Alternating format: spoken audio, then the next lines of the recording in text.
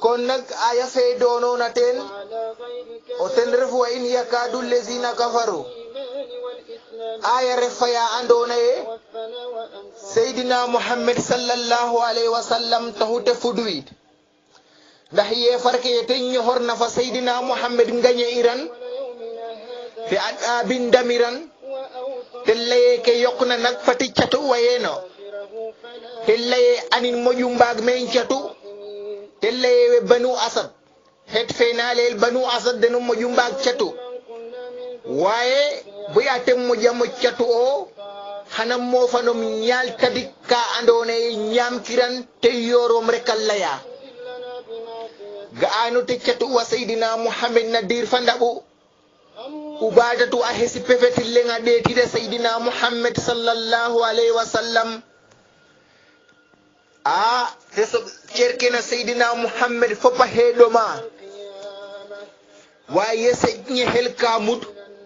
o yiyalehe subhanahu wa ta'ala a fudnit wa in yakadu allazina kafaru la yuslikunaka bi absarihim lamma sami'u zikra wa yaquluna innahum lamajnun wama huwa ila zikri lil alamin a jangana jang rek ke faso inani cerum ke fopa wat ke ɗomegna ni cerum ke fopa wot ken tahu musluway fam maka ref waguna janga o jangan ya moqdanona ubadatu nom to hidi cangit ne Seydina Muhammad lalit aya fe te leyni aya fe ke jangum bo ke ɗomegna ni ceres ke fopa wat ndahangid chat ka jegna ref alqur'ana sahanana sahan sunna sahanin kento bo Seydina Muhammad ale law kana shay'un sabiq alqadri la sabaqathu alaynu ale are anga ajek aka wag ina ado ondogal no yiyalehe subhanahu wa ta'ala oten Seydina Muhammad na la yade ale alayke gale angida ref no garawole andone angida garawan fo odon bo fandika hela yana hadis oten Seydina Muhammad ale hetum fe angajange akkaja tedak ale haj fallen fe ke warna den fop angid fo donaref ko nangid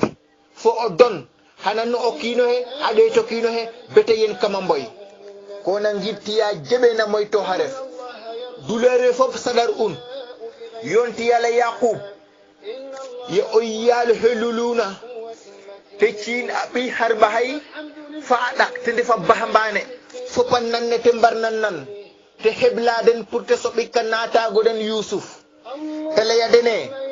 ya baniya la tadkhulu min babin wahidin ale heynunu a ɓesake ngela banu ndokitno ma holen ke tax ina kaga asadar ke refna a ngid fo o don ndaxa ndoktangano ma holen xana jeg wa mbukkinal leya took den weke da ɓiy diw fa diwa ndef suko defe a njegange sens a mbaga catu wa den leyama nune douleur fop sadar yonti yala Ibrahim defa yonti yala Ismail mose nges to ñane ñaan feke a'udhu bi kalimatillahi tammatin min kulli shaytanin wa hammatin wa min kulli aynin lammatin Seydina Muhammad sax a ñane gana ñaan ernu hate ñaan una bo pare alegale neke otane si yonti yala Ismail fo otane si yonti yala Ibrahima ñaan tegun kento hu mokidne ñaan fe o waga ngano ñana o ñanan o mokdangiran o dananga bo yoko o nanga rokwida o ñefa do fo ñammak lay bismillah iyyaka na'budu o ñefa do fo jannon bismillah iyyaka nasta'inu hanu yal hemuculum na angit fo o don da a jega wa andona akidde nake a detangam o jegange sans rek hanu jega problème a jega wa andona akidde nake fo atonde nake anno anga isukuna samsa hani sukune sago wala hani musiba hewni sukuna na matonde na parjuke fa kidde na ponuke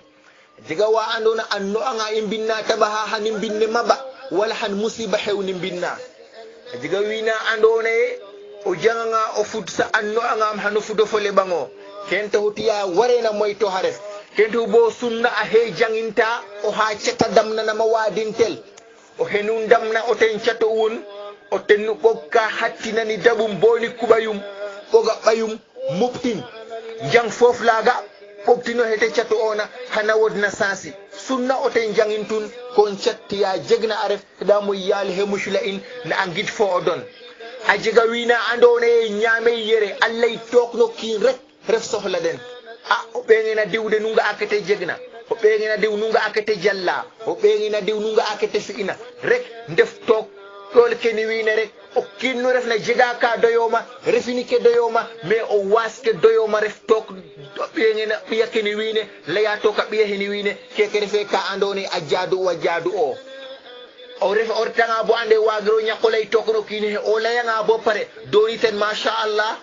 suko defe o dono fole wakkatira no lor mais lay tokno kini he bo pare leye kar ha ref kar o kinananga laya tokof aussi o nananga den leye machallah hano yaalo he mucilom natton den he bo ndamkiram ken tawtiya jaɓena moyto ha ref ke andona o ten ref an guide fo o don ken to bo o yaalo he subhanahu wa ta'ala le wa in yakadu amata lesina kafaru we andone am beddiya la yuslikunaka tembayidom bi absarihim kiddenake hatahu lamma sami'u ngirketen nanna zikra alquran wa yaquluna awella yaye innahu sayyidina muhammad la majnunun do faref ye farke keke layu ale sayyidina muhammad do faref sayyidina muhammad o kigi maref o yale subhanahu wa ta'ala adda it pallaydin kaga adongin mana sayyidina muhammad refe o kigim to sayyidina muhammad do fe nuno kany nuno dofu nuno yefarwe way sayyidina muhammad do fe day sayyidina muhammad agarna bo alquran fudwid ajeg wa legna na dene alquran sayyidina muhammad fele yifre a fenti en way nag refe fallay fa hatna no yale subhanahu wa ta'ala kaga tel layegu deno yefarwe o yale hele wama huwa ahade alquran refe fallay no kigimde alquran sayyidina muhammad refe o dofde ila zikri alquran warata rek ref lil alamina pour pindef ke fop alquran garagar pour war pindef ke fop o waru wanga o tub waye alquran gare pour ref pour kim sayyidina muhammad aussi dofe da mo yale he mucila in manam na angit fo o don sarfe indon katen ganaw ye sarfe na yenna fe indonaten o ten def alhaqatu sara ref fa ya andona ye